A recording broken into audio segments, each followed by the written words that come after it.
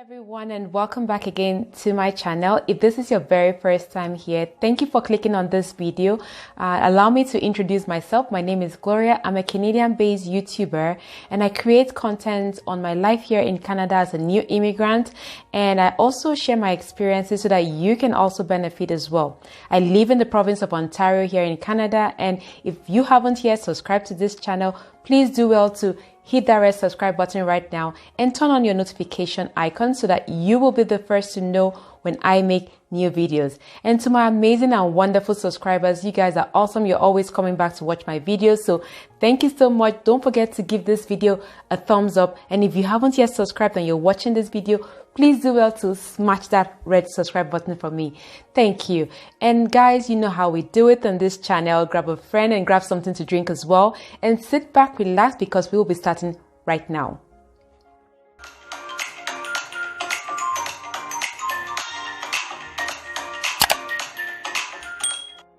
Welcome back. So in this video today, I'm going to be sharing with you my top tips for all new immigrants coming to Canada. They worked for me, they worked for other persons as well, so I know it would work for you. So are you a new immigrant who is thinking about coming to land here in Canada? Please keep watching this video and don't forget to give this video a thumbs up if you learned something from it. In no particular order, the very first on my list is that when you come into the country to land, you would need to get your PR card. And if it's during a work week, like Monday to Friday, you should be able to get that at the airport once you come into the country. Usually takes you about 10 to 15 minutes after you're done with the border official. You should be able to get that. The PR card actually replaces your COPR document once you come to Canada. So that's the first one. We're going to the next one now. The next thing is for you to apply for a health card. A health card allows you to be able to see a doctor here in Canada. Because there is a waiting period, sometimes I think it's about 3 weeks, I'm not 100% sure, you need to have some sort of insurance coverage while you're waiting for your health card to come in. So I would recommend, because you don't want to fall sick and not have the opportunity to go to a doctor without having to pay cash, it is always recommended that you have some sort of insurance coverage if you have family, so that you can be covered pending the time when you get your health card. Next, you also need to get your social insurance number.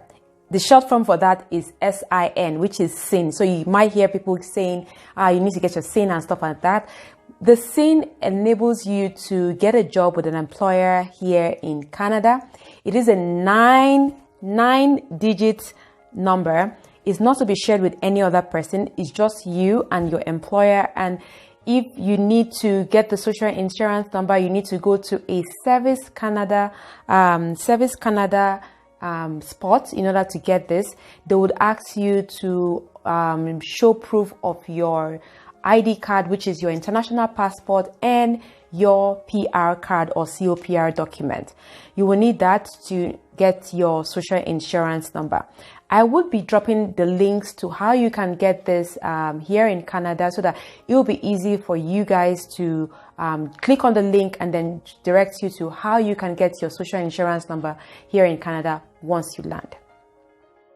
I also recommend that you also get a cell phone, because you will need this to get by with everything here in Canada. To get a job with an employer, you need to get a cell phone in order to do anything, to get across to any other person for jobs and for stuff like that. You need a phone.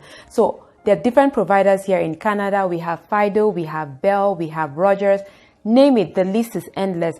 But one thing that I always recommend that you should do when you're thinking of getting a cell phone, a cell phone or a cell phone plan rather, is ensure that you understand how it works, like the plans.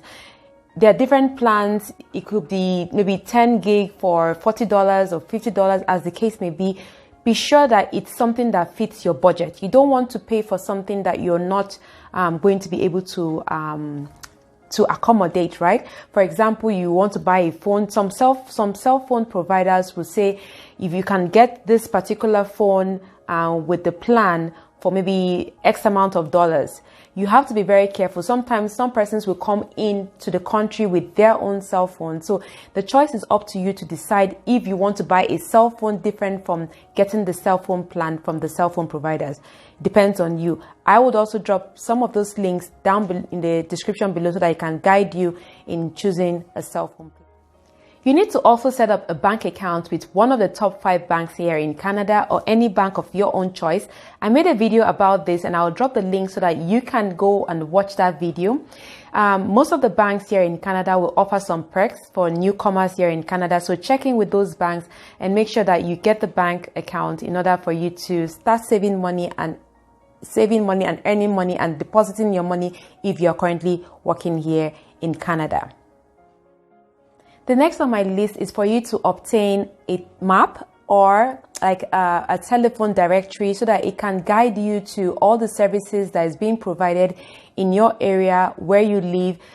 Things like where they repair, maybe clothes, shoes, bags, where you can buy things and stuff like that. It's on the telephone directory. If something happens to your house and you need maybe somebody to come fix it up for you, you can't fix it yourself, you would need that telephone directory to be able to guide you to those services that are within your own area. So I recommend having that. Or you can also check on Google, just do a Google search and check what services are being offered in your area where you live. You can also get accommodation here in Canada. Before you come, you can always think about paying for one before you come into Canada. There are different sites to go and check for houses. You can go to rent.ca, you can go to Kijiji. A lot of people use Kijiji now, and you can use that to get maybe an apartment or condo, a basement.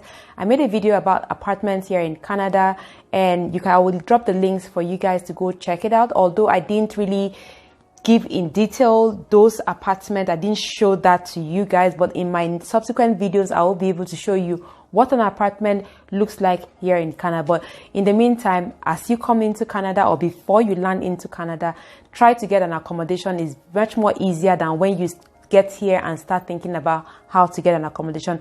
It's very, very difficult to blend all of that with settling in your new country. The next one is for you to visit one of the immigration settlement agencies here in Canada. They usually offer free settlement options for new people or new immigrants coming into Canada. Things like how to get a job, how to learn the culture of the Canadians here in Canada, they counsel you on several things and how to cope with life here in Canada. So many things. You have to register with them. I mean, you have to go meet them or check for them. Do a Google search, settlement agencies here in Canada or in your area where you live. You find out that these people, they are very, very good resource for any new immigrant coming into Canada.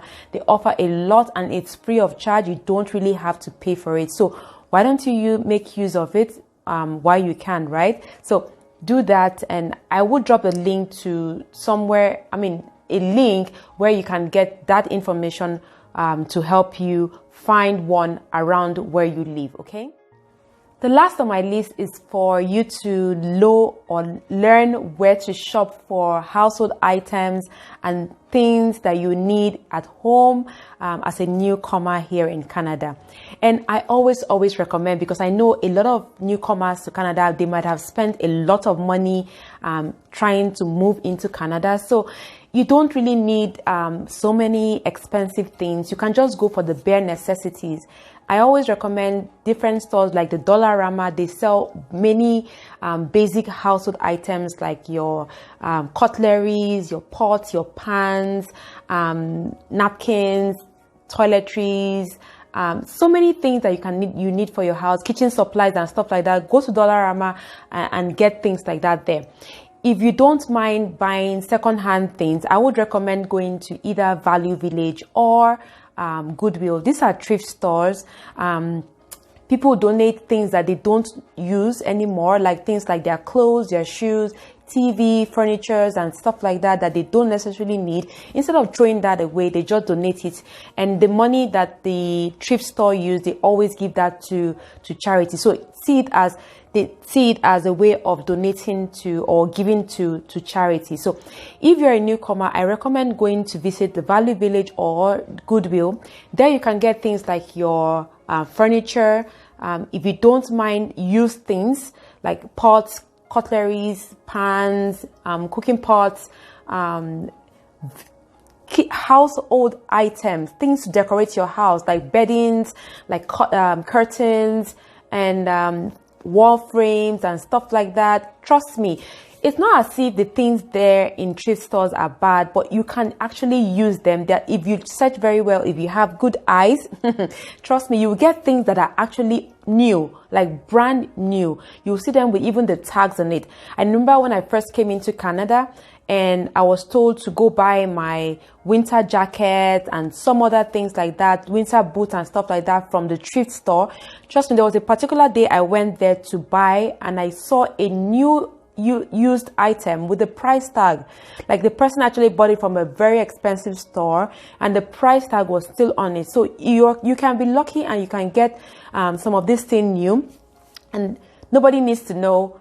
As long as you're okay, you're comfortable, you bought those things and your house is looking good, fine. Trust me, you don't even need to tell anybody. So as a newcomer, I always recommend that you do that. And the only reason why I recommend Value Village or Goodwill is because those are the two known ones. Pardon my English. Usually I'll recommend Goodwill because Goodwill, you don't have to pay taxes on the things you buy. What you see is what you pay for. So I recommend that. Value Village is more expensive. Not that I'm trying to discredit them, but if you don't mind going to Value Village, that's also fine. But I just thought I put that out there for you guys so that you can make your own decision. Okay, I didn't want this video to be too long and I think it's getting too long. So I'm going to stop here and I'm going to ask you a quick question.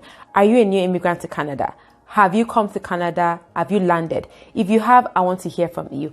If you've landed and you've been trying to think about how you can go or get by here in Canada by having to get things in your home, let me know in the comment section.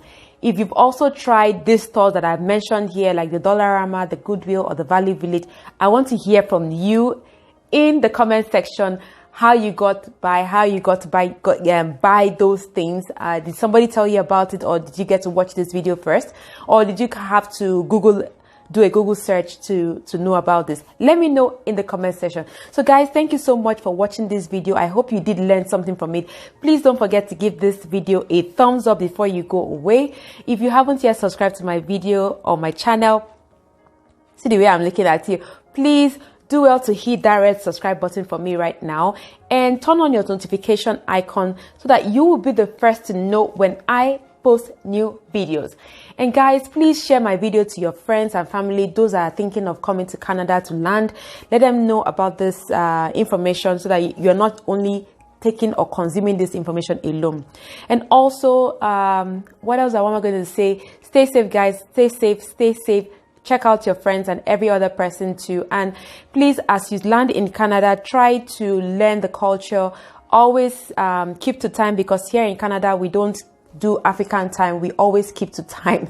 There's so many things that I want to say, but let me know in the comment section if you have any question and I'll get back to you. It was so much fun making this video. Trust me, I enjoyed making this video for you guys today. So stay safe and I'll see you in my next video. Until then, God bless.